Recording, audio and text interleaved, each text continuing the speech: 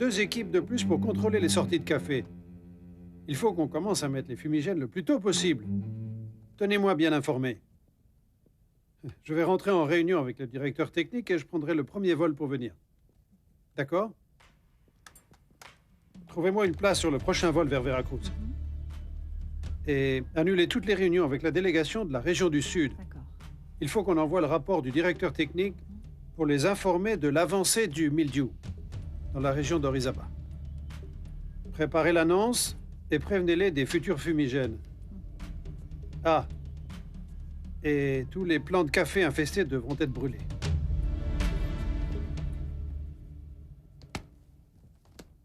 Mais dépêchez-vous, ne restez pas là planter. Oui, oui, oui, j'y vais.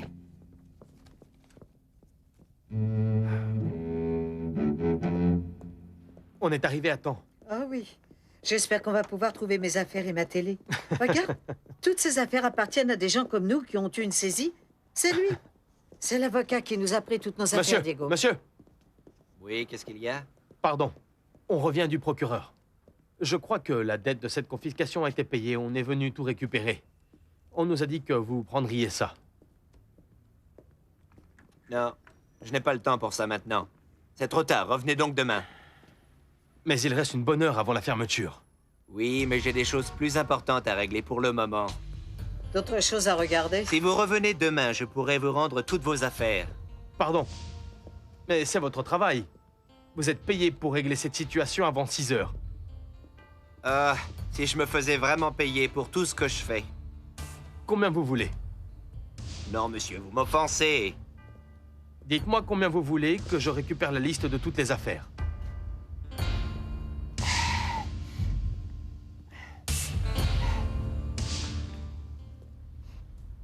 Non, je te l'ai dit, il n'est pas au bureau. Il n'est pas rentré après le déjeuner. Eh bien, Diego est parti il y a à peu près 2 heures. Il doit sans doute être à un rendez-vous d'affaires. Graciela m'a dit qu'il n'avait pas le moindre rendez-vous prévu. Diana, Diego est bizarre en ce moment. Il ne me dit pas où il va, il ne m'appelle plus pour savoir comment je vais. Écoute, je suis sûre qu'il est simplement un rendez-vous d'affaires. J'aimerais aussi pouvoir penser la même chose. Mais il a recommencé à boire et ne dort plus la nuit. Je ne pense pas que ce soit le meilleur moment pour lui avoir parlé de ton mariage. Ça expliquerait peut-être son comportement. Non, je ne crois pas. Je pense qu'il y a autre chose. Diana, j'ai le sentiment que Diego me cache quelque chose. Ah, Bérénice. Et qu'est-ce qu'il pourrait bien te cacher, dis-moi? Que sa Paloma est de retour. Non, non, non, je t'en prie. Si cette femme était vraiment de retour, crois-moi, ton mariage serait déjà fini. Écoute, tu devrais peut-être parler avec Graciela, pour qu'elle garde un œil sur lui. C'est déjà fait. Mais Graciela ne peut pas rester collée à lui sans arrêt. Elle ne peut pas non plus savoir où il va. Comme là, par exemple. Mais enfin, où est-il?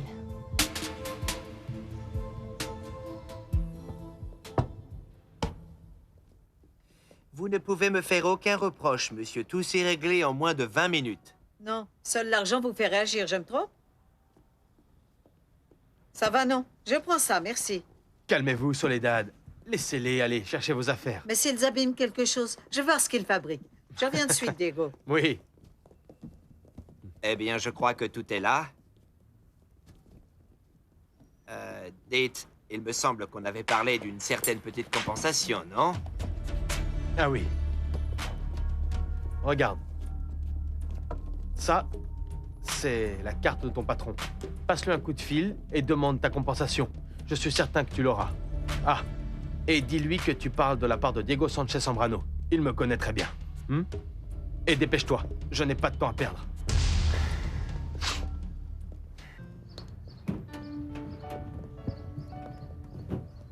Bon, ça y est.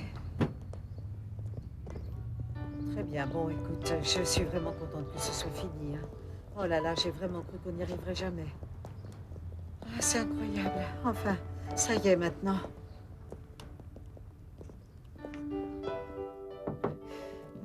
Excusez-moi, monsieur, tout est terminé. Il est déjà 6 heures. Oui, déjà 6 heures? Je peux partir maintenant? Oui? Je sais qu'il n'est que 6 heures.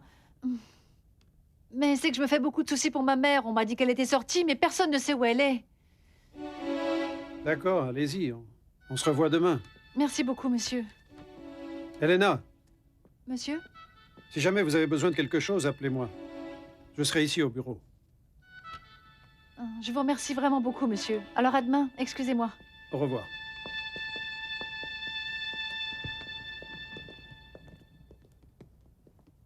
Mettez-la ici sur la table, s'il vous plaît.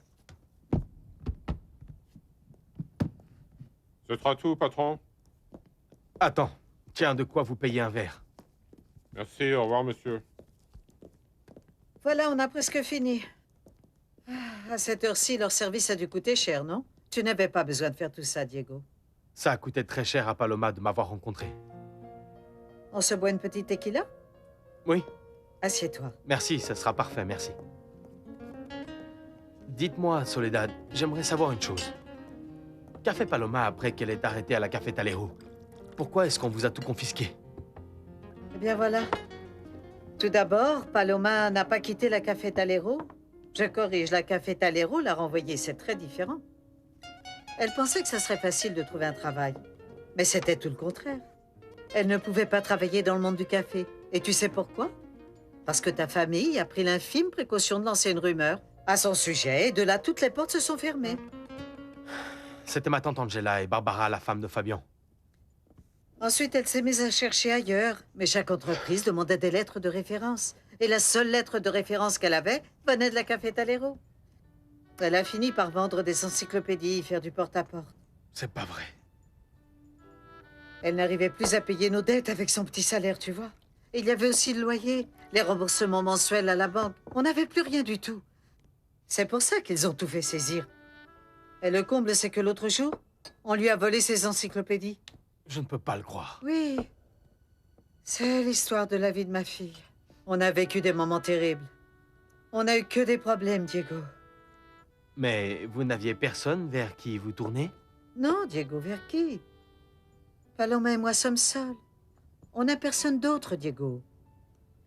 Et bon, Giancarlo? Il est passé où, lui? Il a quitté le pays, on n'a plus jamais eu de nouvelles. Mais Paloma n'a pas d'amis ou quelqu'un... Je veux dire, quelqu'un en qui elle a confiance. Quelqu'un qui pourrait l'aider.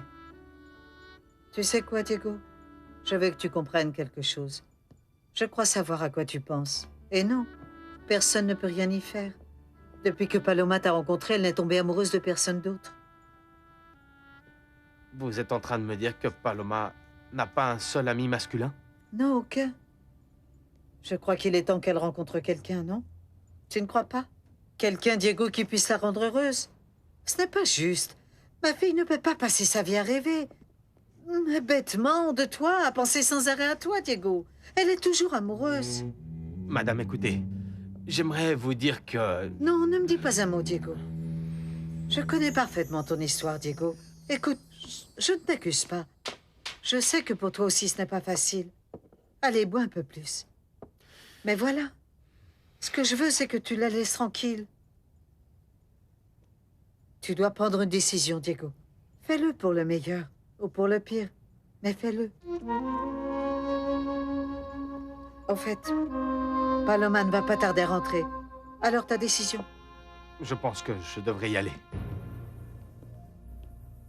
Passe une bonne soirée. Merci pour tout, Diego.